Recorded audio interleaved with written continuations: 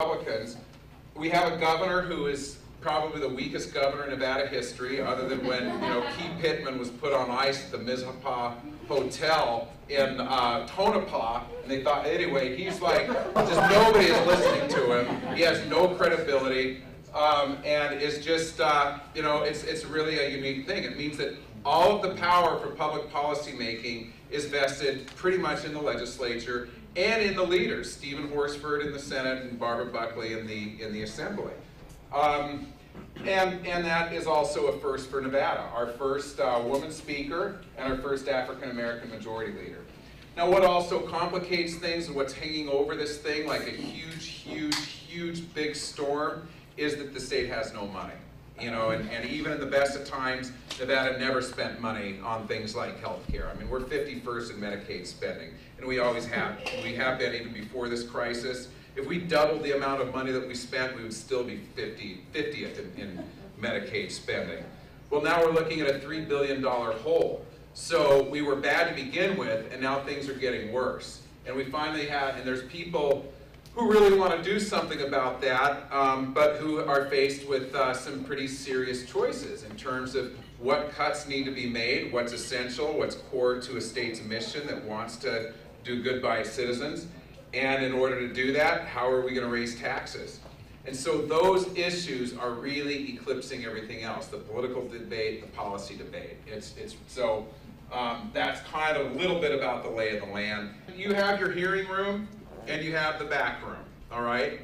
And that, what happens in the hearing room, a lot has already been decided in a lot of cases. And you also have, you also have insiders, happening, kind of making decisions versus the pressure that's being put on by the grassroots. And then you have, the machination of politics, and you also have policy, good public policy that's working at the same time. So here's some lobbying tips that our lobbyist, Jan Gilbert, and others who have been doing this for a while, the first thing they thought was that civility is really important. Now we're dealing with some very emotional issues, and we have a right to be angry and pissed off about this stuff, but still having civility is really important, and that's, even to our legislators who are on the wrong side of our issue. Nevada is a small state. Somebody that wasn't with us now may be with us in the next session. Somebody who is with us now may not be with us in the next session. I mean, look, in that Employment Non-Discrimination Act, Dean Heller and Jim Gibbons both voted in favor of that. So civility is really key. And the other thing is, if we do believe that people can actually change, then this makes a lot of sense to kind of understand and work with people who have views that are different from ours to try to bring them along. And just, a case in point is the bill that we think is a very slam dunk bill that has to do with adding transgender to the list of protections of the Employment Non-Discrimination Act. Simple thing for us. I mean, it's basic fairness. It's right and it's wrong. But in Carson City, in the legislature, it was probably the first time that any legislator, that most of those legislators had ever looked at a transgender individual in the eye, let alone met one. It was the first time that a lot of the press had ever, come into contact.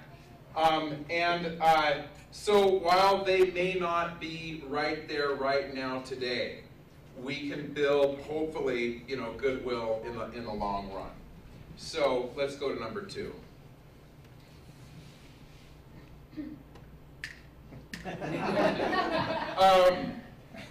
I think for our purpose, when you go up to Equality Days, and hopefully everybody will make their own appointments and everything, legislators are going to be late for the meetings. They might not return your calls for several days. Try not to get too uptight about it. Legislators are getting 500 emails a day. All right, about 500 emails per day. It's really hard for them. In fact, they stopped getting paid on day 60, so they're no longer getting money for this. They have like one quote-unquote attaché, that helps them, but that's it. I mean, they're kind of on their own up there. what is a good idea is to get to know who answers their phone, get to know that person on a first name basis. You know, send them some Girl Scout cookies or something like that. And because they can be the biggest ally. If they don't like you, you're not going to get a meeting with the legislator. You know, if they do and there's an opening, they will call you up and say, hey, get up here. All right. That seemed to work better. The gratitude is always really important, and that's when you're testifying. We'll be talking about testifying in a minute, but one thing is to really show thanks, and to try and lead with something when you're meeting with your legislator or you're testifying, is to lead with something positive, something that they've done. You know, try and figure out what it is that, you know, they might have done last session or whatever, and try and lead with that and say thank you. They like to get thanked. They don't get thanked a lot. People in elected office, who they usually hear from are the people that hate their guts. That's who they hear from. They don't hear a lot from people that say, hey, wow, that was great. Thanks so much for doing that. So it's really good to lead with that. And then that way it softens them up for you to go in to say, okay, great, now will you do this? And it helps them to get in that mood of yes. So the other thing is they'll ask you questions, hopefully, and either in committee or when you're meeting one-on-one, and you know, you can BS your way through it, you know, and you might be good at it, but eventually you'll get caught, and it's you ruin your credibility that way. You always have the right not to know, so just say, you know, I really don't know that, but I'll get back to you, and then just make sure you follow up with it. This goes when you're testifying. Brevity. Be very, very, you know, try to be brief. And also, use bullets. Don't read. Don't get up there. There's so many people that get up there with like 5 or 6 page statements and they read. And actually now that, you know, we're getting to the time crunch, legislators say, you're not going to read that whole thing, are you? And it's really embarrassing. Or they'll get up and walk out sometimes, which is even worse.